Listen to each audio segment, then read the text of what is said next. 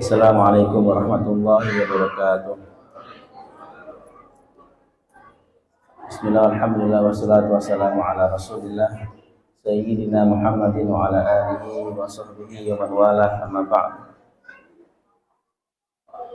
Bismillahirrahmanirrahim. Rabbi yassir wa la tu'assir, Rabbi tammim bil khairi ajma'in, ya Fattah ya Alim ya Razzaq ya Karim, iftah alaina futuhal arifin. Allahumma anfa'na bima 'allamtana wa 'allimna ma yanfa'una wa zidna ilman ya rabbal alamin. Allahumma faqihna fid din wa 'allimna at-ta'wil wa hdina ila siratis sabil. Amin. Qala nusalli rahimahullahu ta'ala wa nafa'ana bi bi'ulumi fid darain. Amin. Qala Rasulullah sallallahu alaihi wasallam, al-anatu minallah wal ujlatu minasyaitan. Kita sambung hadis yang ke-8. Kita baca sama-sama ya. Ikutin. Bismillahirrahmanirrahim.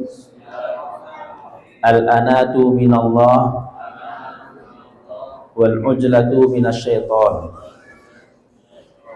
Al-anatu minallah wal ujlatu minasyaitan.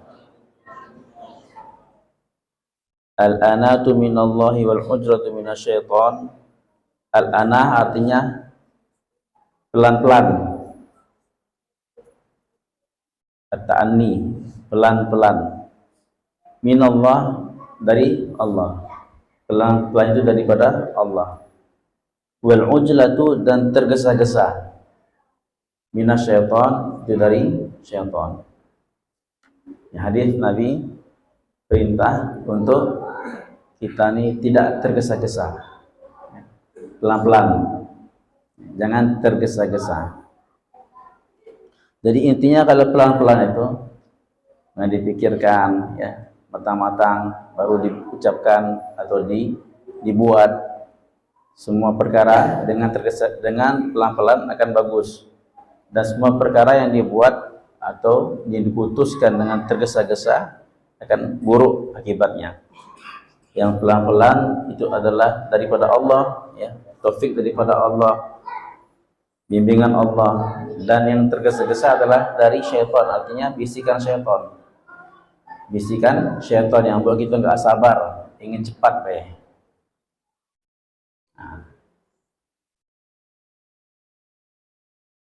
Allah Subhanahu wa taala dalam Quran mengatakan tentang sifat asli manusia nih. Wa kanal insanu ajula. Wa kan insanu ajula. Manusia ini sifatnya tergesa-gesa. Khuliqal insanu min ajal. Manusia itu diciptakan dari tergesa-gesa.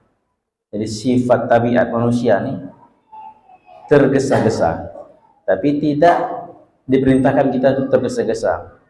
Wa yad'ul insanu bisyarri du'a'ahu bil khair wa kana insanu ajula.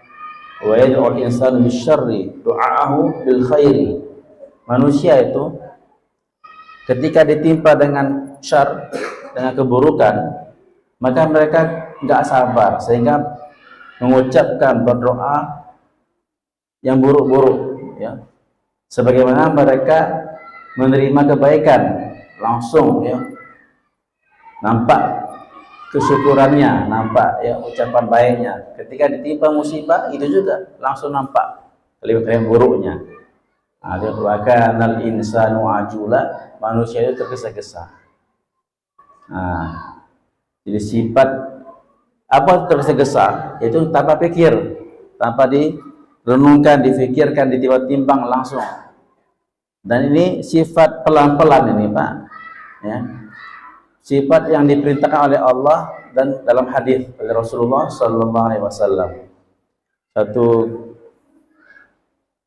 hari, satu rombongan Asyaj Abdul Qais, Asyaj dari Bani Abdul Qais, yaitu satu kampung yang ada di kota Bahrain sekarang, negara Bahrain, datang ke Madinah Munawwarah, satu kampung atau rombongan untuk menjumpai Rasulullah.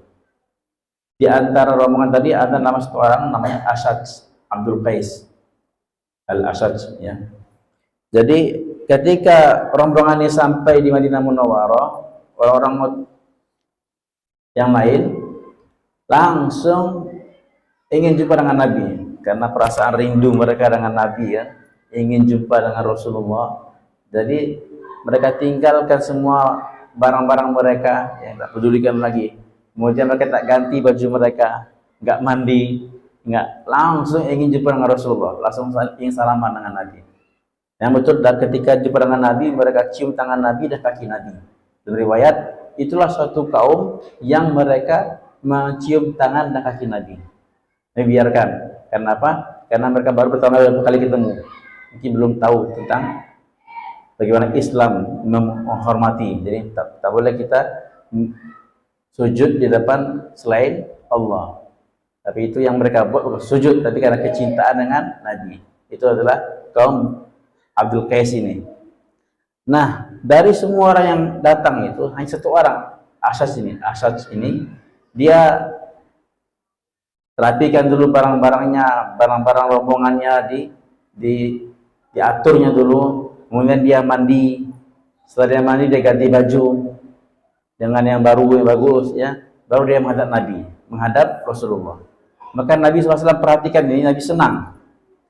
Setelah bersalaman dengan Nabi, Nabi mengatakan, Inna fika khoslatain yuhibbuhum Allah. Wahai Asad, dalam diri kamu itu ada dua sifat yang Allah senang. Dalam diri kamu ada dua sifat yang Allah senang. Al-hilmu wal-anat. Hilm ada dua makna. Makna yang pertama itu ulama mengatakan pintar, berakal. Semua sesuatu dipikirkan dulu. Makna yang kedua, al-hilm, penyabar, penyantun, enggak emosi, enggak tergesa-gesa. Kemudian al-anat, dan pelan-pelan. Orangnya pelan-pelan. Maka ini dua sifat, al-hilm, penyantun, penyabar, dan pelan-pelan. Allah suka sifat ini. Ya, Allah menyukai sifat pelan-pelan dan penyabar. Inna fika khoslatain, kamu tuh memiliki dua sifat. Maka dia tanya, ya Rasulullah, dua sifat ini apakah baru-baru ini aku dapat atau sudah lama? Artinya dua sifat ini apakah sifat yang saya usahakan atau sifat yang telah Allah beri kepada saya sejak semula? Jadi ada dua Pak ya, sifat kita ini ada dua. Ada sifat yang bersifat iktisabiyah, diusahakan. Ya, diusahakan baru dapat sifat itu.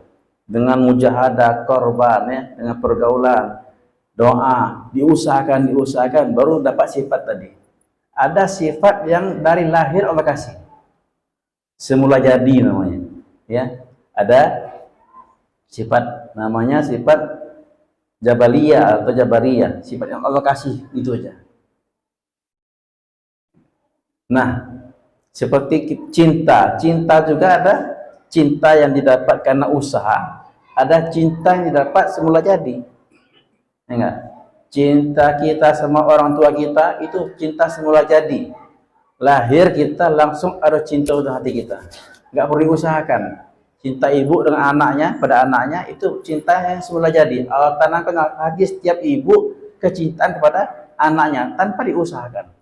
Bapak pada anak, ya. Suami dengan istri itu cinta juga ada semula jadinya juga. Ketika akad nikah, walaupun sebelumnya tak pernah berhubungan, tak pernah pacaran, tak pernah jumpa, tak ada hubungan sama sekali, akad nikah, maka langsung dalam hati suami ada cinta dengan istrinya, dan dalam hati istri cinta dengan suaminya. Itu namanya dalam istilahnya cinta yang tanpa diusahakan. Ada yang tahu? Allah masih lupa istilah bahasa Arabnya. Cinta yang didapat tanpa usaha. Ketika orang masuk Islam, baca syahadat asyhadu alla ilaha illallah wa asyhadu anna muhammadar rasulullah. Kalau sebelumnya non muslim, kalau anak lahir dari perut ibu yang beriman, anak lahir dari orang beriman, waktu lahir itu atau waktu masuk Islam itu, syahadat itu, langsung dalam hatinya ada cinta pada Allah, cinta dengan Nabi. Itu cinta yang namanya maujud, yang ada. Allah tanamkan. Nah, ini semua manusia sama nih, ya. Semua manusia itu kalau kita punya anak, langsung kita cinta sama anak kita. Kalau kita punya istri, Ada lagi tingkatan yang kedua, cinta yang diusahakan. Nah, ittirori dan ikhtiari, harus ingat. Cinta ittirori itu cinta tanpa usaha. Tak bisa nolak, tak bisa kita tolak. Ikhtiari cinta yang diusahakan, sifat yang diusahakan. Setelah usaha baru dapat. Nah, peningkatan cinta tadi itu adalah dengan ikhtiari. Ya, semakin besar kita korban untuk yang dicintai, semakin besar cinta kita kepada dia. Ya, kita semua ini cinta pada agama, cinta nggak Pak?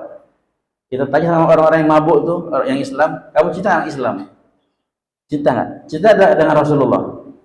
Cinta kan? Kalau Nabi diejek, mungkin dia berani bunuh-bunuhan demi bela Nabi. Padahal dia nggak ada sholat. Ya, satu pun tak perintah Allah nggak dia laksanakan. Satu pun sunnah Nabi tak diamalkan. Tapi dalam hati dia ada cinta pada Allah, cinta pada Rasulullah. Itu namanya cinta ittirari. Cinta yang tak perlu diusahakan. Ya. Tetapi besarnya cinta tadi itu perlu usaha. Maka tidak semua orang sama nih kadar cintai sama Allah. Tidak semua orang sama kadar cintai sama Rasulullah, nggak sama. Tergantung korban dia. Semakin besar korban dia, semakin besar cintanya. Nah, ya. Dan kita pun sama istri kita itu juga, istri sama suami itu juga. Semakin berkorban untuk suami, semakin cinta pada suami. Kita juga sebagai korban untuk istri, semakin kita cinta pada istri kita. Terus cinta ikhtiari, cinta yang diusahakan. Nah, ini. Jadi yang kalau ada perintah cintalah itu artinya cinta yang diusahakan. Maka kata Rasulullah kan ketika tanya, ya Rasulullah ini dua sifat nih, Hilim dan Anat. Ya, Hilim dan Anat, penyabar dan pelan-pelan nih. Apakah sifat asli saya yang Allah kasih atau sifat saya usahakan? Maka Nabi mengatakan sifat yang Allah kasih pada kamu. Artinya tanpa usaha kamu sudah dari awal Allah kasih. Memang kita lihat ya dalam kehidupan kita sehari, ada sifat-sifat manusia yang betul-betul dari awal. Ya, kita ini beda-beda. Ustaz, ada orang yang sholatnya jarang, tapi penyantun, suka beri, suka memberi. Enggak, heran. Ada Pak Haji, ada orang sholatnya nomor 1, suruh azan lalu datang ke masjid, ahli masjid, pelit. Ya, gimana tuh? Ya sifat sifat pemberi, sifat apa namanya itu dermawan, itu sifat. Ya. Ada yang Allah kasih dari lahir, namanya sifat ittirari. Ya. Ada sifat yang perlu diusahakan. Maka bagi kita nih yang merasa nggak ada dermawan, ya perlu diusahakan. Insya Allah ya. Nah, kasih lagi, jangan takut miskin, kasih. Jadi ada dua. Jadi jangan kita bersandar kepada cinta pada sifat yang sudah dari lahir, tapi perlu kita berusaha untuk peningkatannya. Kalau belum ada, diadakan. Kalau sudah ada, ditingkatkan. Jadi Allah menyukai sifat pelan-pelan. Dan dalam hadis dikatakan bahwa tu'adda'u fi kulli syai'in khairun. Pelan-pelan dalam semua perkara baik. Pelan-pelan, tak tergesa-gesa dalam semua perkara itu baik. Dalam ngomong, dalam memberikan pandangan, dalam menjawab pertanyaan, semua pelan-pelan jadi baik. Cepat nggak baik. Dalam berbuat, ya, bergerak, bertingkah laku, itu pelan-pelan baik. Dalam kendaraan, ya, kalau itu cepat yang bagus. Ya, pelan-pelan. Ya. Dalam segala hal pelan-pelan itu baik, kata Nabi. Nah, ada ya orang yang belum lagi selesai pertanyaan langsung jawab. Terlalu cepat dalam menjawab, apalagi dalam perkara agama, perkara halal haram, perkara perintah Allah. Ini bahaya, hati-hati dalam menjawab. Kalau kita nggak hati-hati, takut dhal wa adhal, sesat dan menyesatkan. Karena enggak tergesa-gesa. Ya. Kemudian dalam memutuskan perkara, tenangkan dulu pikiran, jangan cepatnya. Pikirkan dulu, baru putuskan. Dalam ngomong, pikirkan dulu apa akibat yang saya ngomong ini, baru kita ngomong. Maka Nabi SAW suatu saat pernah berkata kepada ibunda Aisyah, ya Aisyah, inni dzakirul laki inni dzakirul laki amran fala 'alaiki alla ta'jili. Wahai Aisyah, ini kejadiannya ketika Nabi SAW mau menceraikan semua istrinya. Pernah kejadian Nabi SAW mau menceraikan semua istrinya. Maka Nabi mulai dari Aisyah. Nabi mulai dari Aisyah. Panggil satu-satu Pak Mata. Satu-satu. Wahai Aisyah, inni dzakirul laki amran fala 'alaiki an ta'jili. Wahai Aisyah, aku akan menyebut kepada engkau suatu perkara. Aku akan bilang kamu suatu perkara, tapi tolong jangan tergesa-gesa dalam menjawab. Hatta tastamiri abawaiki, sampai engkau bermusyawarah dengan orang tua kamu. Nah, ini pesan Nabi ya pada Ibunda Aisyah. Wahai Aisyah, aku akan menyebut pada engkau suatu perkara, minta suatu perkara, tapi mohon jangan cepat-cepat dalam menjawab, mengambil keputusan. Sampai ke bermusyawarah dulu, baru keputusan. Apa ya Rasulullah? Allah SWT perintahkan kepada saya ya untuk menawarkan kepada semua istri saya, mau dunia, perhiasan dunia, atau mau Allah dan Rasulnya. Kalau kalian in kuntunna, soal Al-Ahzab ya juz 1, in kuntunna turidnal hayatad dunya fata'alaina umatti'kunna wa usarrikunna sarahan jamila. Kalau kalian mau ke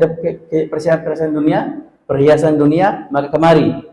Umatti'kunna, aku cerai kamu. Aku akan kasih kamu bekal dan cerai. Wa usarrikunna sarahan jamila, dengan cerai yang jamil, yang bagus. Baik-baik cerainya. Kalau mau kehidupan dunia, kalau lebih memilih dunia, silahkan ambillah. Dunia ini cerai gitu. Wa in kuntunna turidnallaha wa rasulahu, tapi kalau kalian mau Allah dan Rasulnya, maka tetap dalam pernikahan aku, tapi taat. Ini karena ada beberapa perkara ya yang membuat Nabi susah, ya tuntutan istri ya, sehingga seperti itu. Nah, ini ibu juga pelajaran bagi kita ya. Kalau terlalu banyak nuntut dengan bapak-bapak nih, nah sini. Mau dunia atau mau terus? Masya Allah. Jadi ketika Umar bin Abdul Aziz khalifah ya, dinasti Umayyah yang dikenal dengan khalifah yang kelima setelah Pak Khalifah ini. Saking adilnya beliau, solehnya beliau, sehingga dibilang khalifah yang kelima, atau disebut Umar yang kedua. Umar yang kedua, yang pertama siapa pertama? Umar bin Khattab, yang kedua Umar bin Abdul Aziz. Ketika dia dilantik menjadi khalifah, dia panggil istrinya. Sini, panggil istrinya. Istrinya ini anak khalifah juga. Istrinya ini anak khalifah sebelumnya. Banyak emas, banyak perhiasan dia miliki, orang kaya. Sekarang kau pilih. Kata Umar bin Aziz, kau pilih. Ajib, Pak. Payah kita ikutin nih. Pilih antara dua. Kalau mau tetap dengan aku, semua emas ini aku kasih ke Baitul Mal. Hidup dengan aku tanpa perhiasan. Kalau kau masih ingin perhiasan ini, ambillah semua, kita cerai. Masya Allah. Ini ya khalifah dengan istrinya. Siap insya Allah? Gak siap ya. Saya pun gak siap, belum siap. Tapi istri yang soleh, luar biasa istrinya. Terlakatlah hartanya. Terlakatlah harta. Wahai Umar, apakah gara-gara emas harta ini aku cerai engkau? Tidak, semua untuk Allah. Ajib. Semua untuk Allah. Aku tak mau cerai dengan engkau, wahai Umar. Ini dunia dengan ini tidak bisa dicampur-campur. Maka Nabi SAW panggil istri-istrinya dari Ibunda Aisyah pertama kali. Ya, dia katakan, wahai Aisyah, aku kasih kamu dua pilihan, engkau jangan tergesa-gesa dalam memberikan keputusan. Nah, ini babnya tentang al-anah, pelan-pelan, tidak tergesa-gesa. Sampai kamu musyawarah. Jadi kita ini kalau memutuskan suatu perkara, dua Pak, arahannya. Allah kasih kita dua cara. Bingung nih, memutuskan suatu perkara, ingin memilih, kan? Menentukan, apalah bingung. Dua caranya untuk bisa menentukan, memutuskan. Pertama, istikharah. Istikharah, salat 2 rakaat, minta sama Allah, Allahumma inni astakhiruka bi qudratik bi ilmik. Ya Allah, aku minta istikharah, pilihan ya Allah, pilihlah yang terbaik untuk aku ya Allah. Kalau ini baik ya Allah, takdirkanlah ya Allah. Kalau ini buruk, palingkanlah ya Allah, jauhkan aku dari balanya ya Allah. Salat istikharah 2 rakaat minta sama Allah yang terbaik. Yang kedua, cara yang kedua itu hablum minallah. Ya, harus kuat takluk hati kita dengan Allah. Nanti Allah arahkan hati. Anak muda bingung, si fulana atau si fulana. Nah, ada 2 calon nih, ada 2 yang nawarin nih, bingung saat bingung. Ada istikharah. Milih kerja bingung, istikharah. Milih tempat rumah bingung, istikharah. Apapun yang buat kita bingung, istikharah. Minta sama Allah, karena Allah yang Maha tahu yang baik untuk kita. Yang kedua, tapi ini hadirin yang mulia, istikharah ini karena hati kita sama Allah telah terlalu jauh, hubungan dengan Allah terlalu jauh, maka istikharah kita enggak mempan. Istikharah kita enggak apa nama itu? Tumpul, ya. Jadi kita tumpul, jadi tumpul. Ya, aku istikharah, latihan malam istikharah, kan nampak juga, masih bingung juga. Yang salah bukan istikharahnya, hati kamu salah.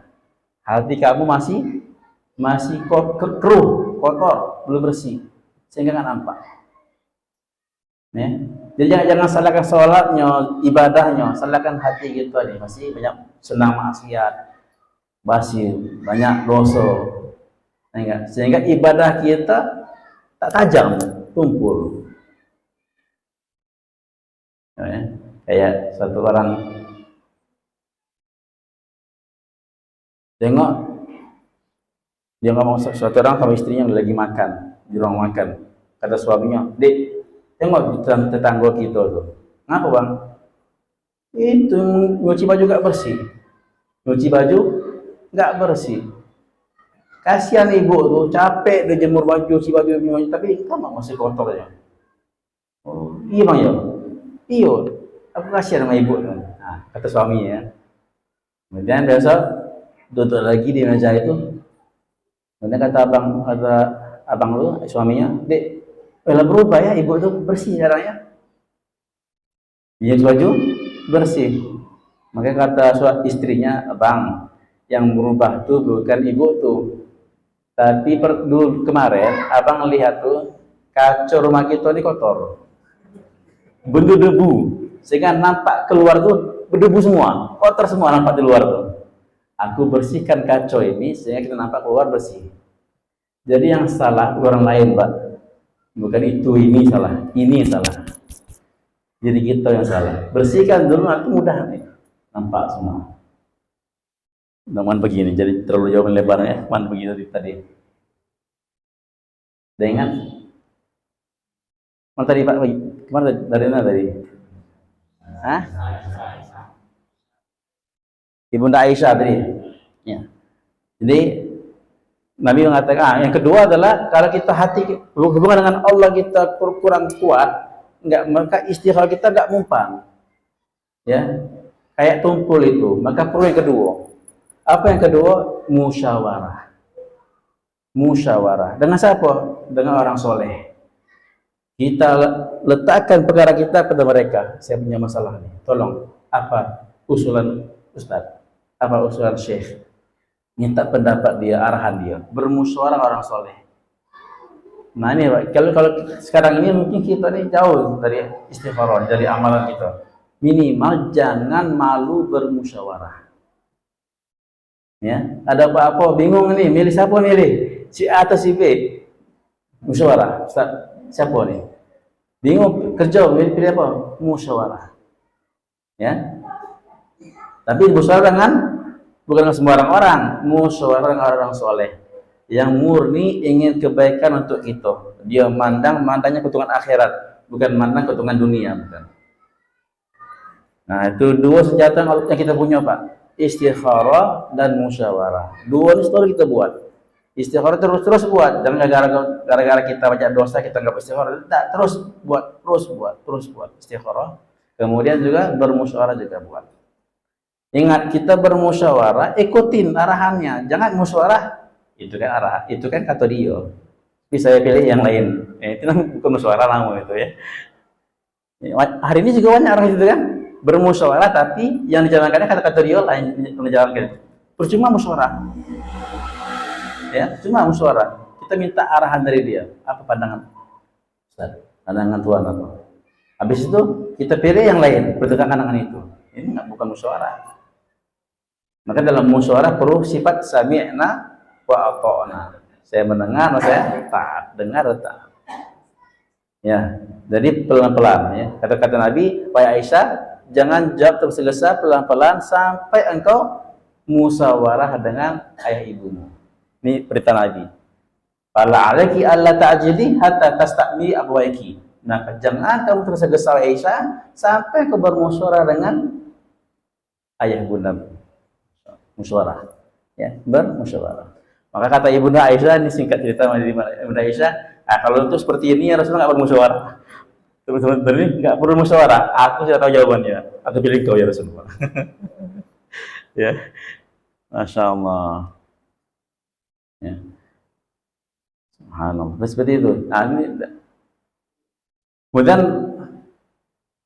jadi hadis tadi, at-tu'adda'u fi kulli syai'in khairun. Pelan-pelan itu dalam semua hal baik, dalam semua hal baik, illa fi amalil akhirah, kecuali, ada kecualinya, yang cepat-cepat bagus.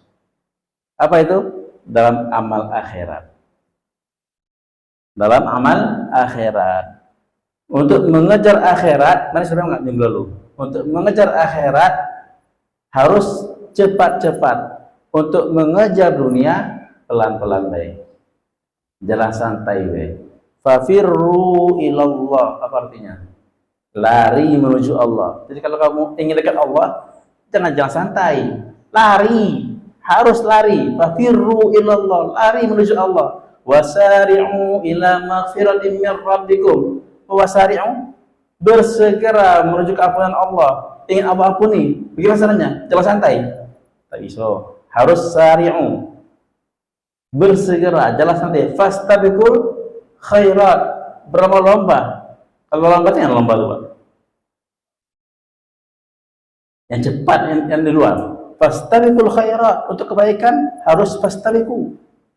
Badiru bil amal, kata Nabi. Badiru, bersegera beramal. Untuk amal akhirat itu pelan-pelan gak bagus. Sudah azan Pak, sholat ya, kaget lah. Nabi nyuruh pelan-pelan. Nabi nyuruh pelan-pelan. Aneh salah paham. Ya, untuk amal akhirat pelan gak bagus. Maka dalam hadis mengatakan inna aktsara siyahi ahlin nar min taswifil amal. Dalam hadis, inna aktsara siyahi ahlin nar min taswifil amal. Sesungguhnya banyak teriakan penduduk neraka adalah gara-gara menunda-nunda amal. Jadi, ahli neraka itu berteriak menyesal. Menyesal kenapa? Karena ngapa kemarin di dunia nggak sempat sedekah. Ketika waktu sholat aku santai sehingga terlewat sholat. Semua dosa-dosa dia itu gara-gara banyak kan apa? Banyak menunda-nunda amal. Ngapa ketika kayu dulu aku haji? Maka kata Nabi, inna aktsara ahlin nar min taswifil amal. Kebanyakan teriakannya ahli neraka adalah karena menunda-nunda amal. Maka kalau untuk amal kebaikan segerakan. Ya. I'mal li dunyaka ka'annaka ta'ishu abada wa'mal li akhdika ka'annaka tamutu ghadan. Hadis kan? Beramallah untuk dunia kamu seolah kamu hidup selama-lamanya.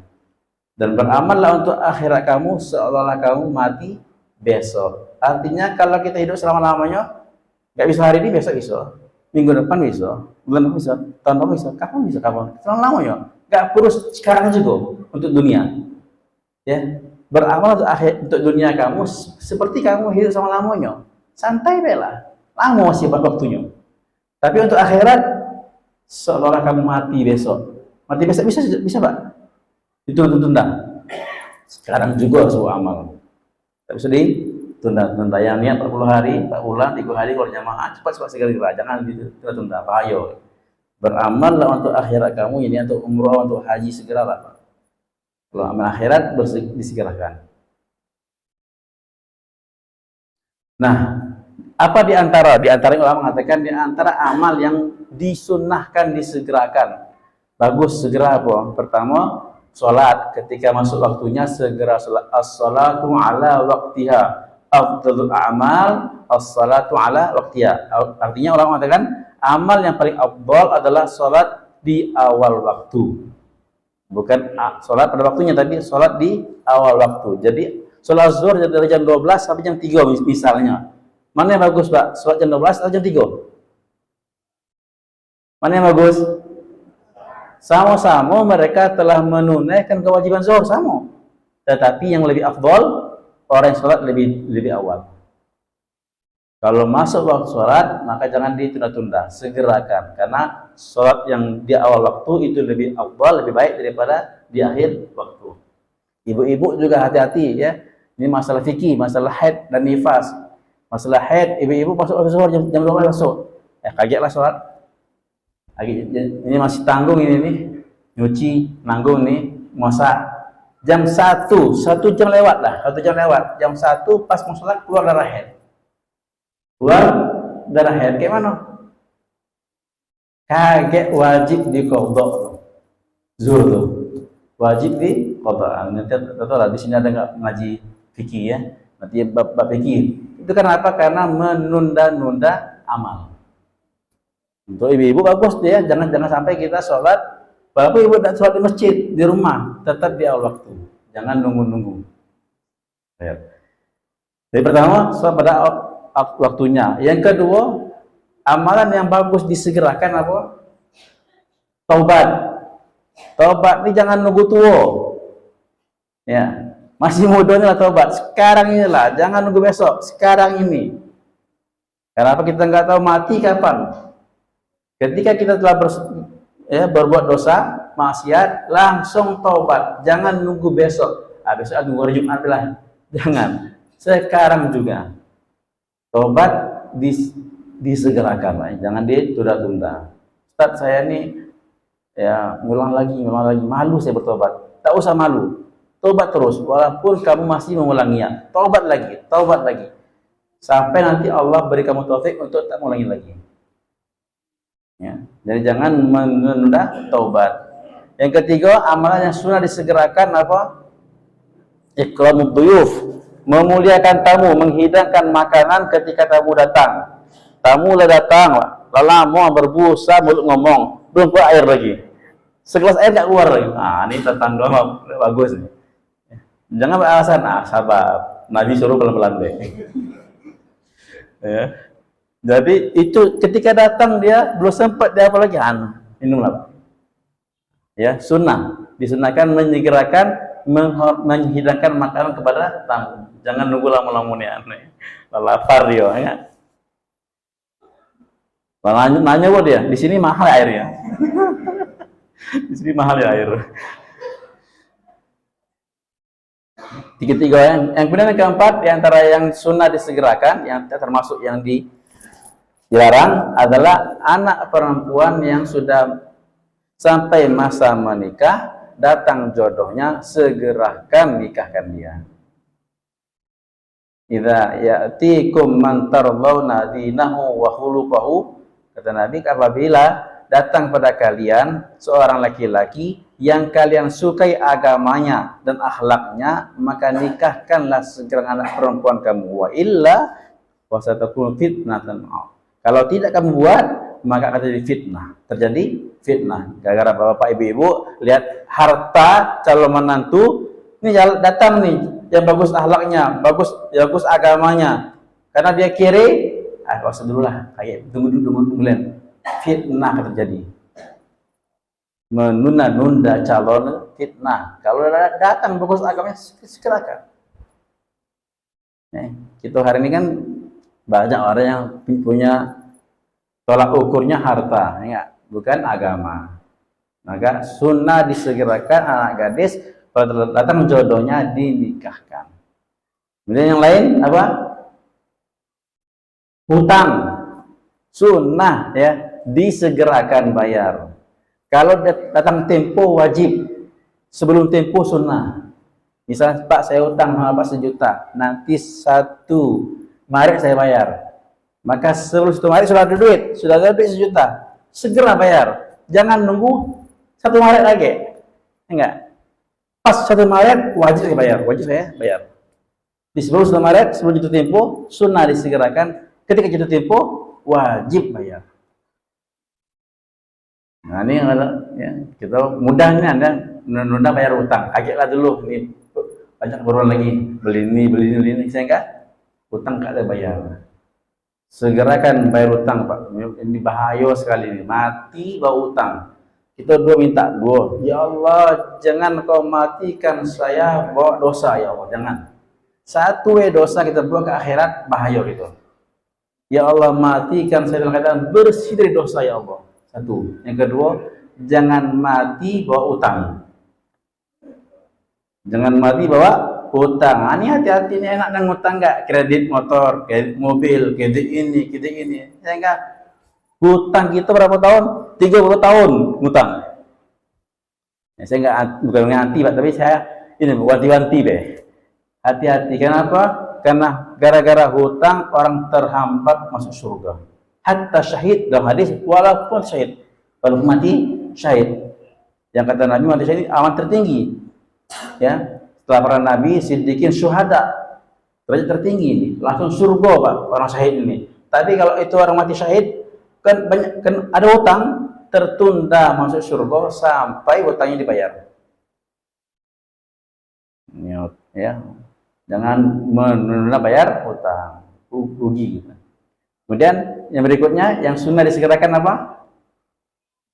Mayat telah meninggal dunia, sunnah disegerakan, ya, pemandiannya, ya, pengkafanannya, persolatin yang dikuburkan. Jangan nunggu-nunggu. Yang lebih cepat bagus. Nah itu, kalau mayat sudah meninggal dunia, sunnah disegerakan penyelenggaraannya. Ya. Dan banyak yang lainnya. Yang amal akhirat itu dianjurkan kita segera, jangan lambat-lambat. Selain itu, wal ujlatu minasyaiton, sifat tergesa-gesa itu daripada syaitan. Artinya enggak bagus, ya. Bisikan syaitan, tipuan syaitan, ya, godaan syaitan. Untuk Allah beri kita sifat pelan-pelan ini, insyaallah. Dalam sholat, ya, sholatnya, kita mau sholat itu sunnah segera, jangan nunggu. Tapi ketika sholat jangan cepat-cepat. Anda sunnah Nabi cepat sunnah akhirat, sehingga 2 rakaat semenit kurang. Masya Allah, kita baru baca Fatihah, dia sudah salam sudah. Tadi takbir sama-sama tadi. Saya bilang sama para santri saya, coba kali latihan sholat lambat. Kalau nggak latihan sampai tua kebiasaan. Ya, sholat lambat ini perlu latihan. Kalau nggak sampai tua pun, walaupun jadi habis Quran, jadi ulama, cepat terus sholatnya. Karena sholat lambat ini perlu latihan. Jadi 2 rakaat kita latihan, sempurnakan. Ya. Doa iftitahnya, al-fatihahnya, surahnya, baca tasbih rukuknya, ya tidak, tasbih sujudnya 3 kali, sempurnakan. Tahiyatnya. Sehingga sholat kita nggak cepat-cepat. Ya, ada suatu orang sudah 60 tahun sholat kan, Nabi lihat sholat, dia sholat, Nabi bilang, "Sholli fa innaka lam tusalli." Sholatlah, kamu belum sholat lagi. Dia ulang 2 kali, "Sholli fa innaka lam tusalli." Sholat, kamu belum sholat 3 kali. Itu juga, "Ya Rasulullah, aku tak bisa lagi sholat." Inilah yang aku bisa. Maka kata Nabi, kalau kamu sholat, berdiri, tegak, mantap, tenang. Dan ruku sampai tenang, baru kamu berdiri lagi, tidak. Semua tenang. Itu yang namanya sholat. Kalau kamu tak ada tenang, batu ayamnya sholat tadi, itu kamu belum sholat. Kamu belum sholat. Sudah 60 tahun seperti itu, nggak Allah terima. Satu berat Allah terima. Kenapa? Sholat cepat-cepat. Banyak orang yang salah tepat ketika sujud pertama, labar. Jadi pertama dia duduk antara sujud, tapi belum tenang, sudah sujud lagi kedua. Nah, banyak yang salah di situ. Ya. Tenang dulu duduknya, baru sujud lagi yang kedua. Jangan tergesa-gesa. Semoga Allah kasih kita kepahaman. Ada pertanyaan Pak? Habis 7:30 menit tengah. Ada 10 menit. Isya kapan Isya? 38. Nah, ada 6 menit. Insyaallah. Ada soal? Apa? Nah ya, Pak.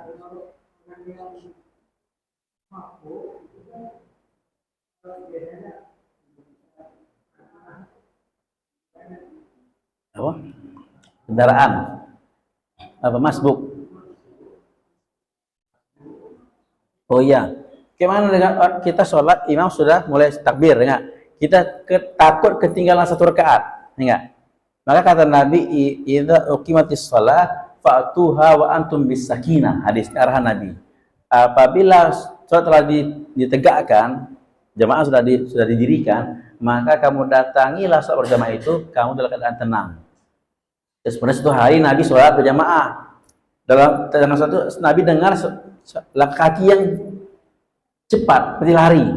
Kan tahu nampak itu, terdengar, terasa itu orang yang lari, orang yang jalan. Habis salat Nabi tanya, siapa tadi yang lari mengejar sholat jamaah? Rasulullah. Orang sahabat. Lalu kata Nabi, kalau kamu datangi sholat, datangi dengan keadaan tenang. Nah, ini arahannya. Jangan tergesa-gesa. Kita disuruh cepat tuh sebelum waktu. Apabila masuk, jangan ingin ngejar jamaah, kamu lari. Tenang nih.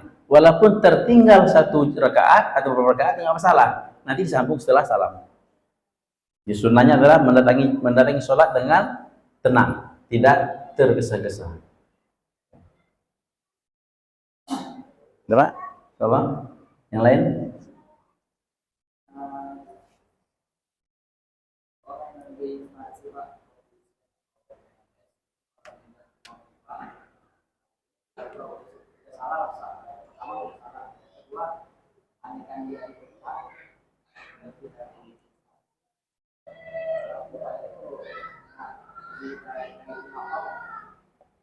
Lunas ya?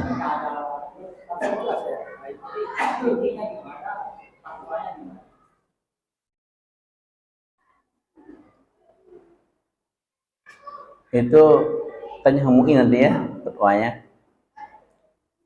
Masuk kepada dalam bab perjanjian, dalam bab den wa wa'dun, hutang dan perjanjian.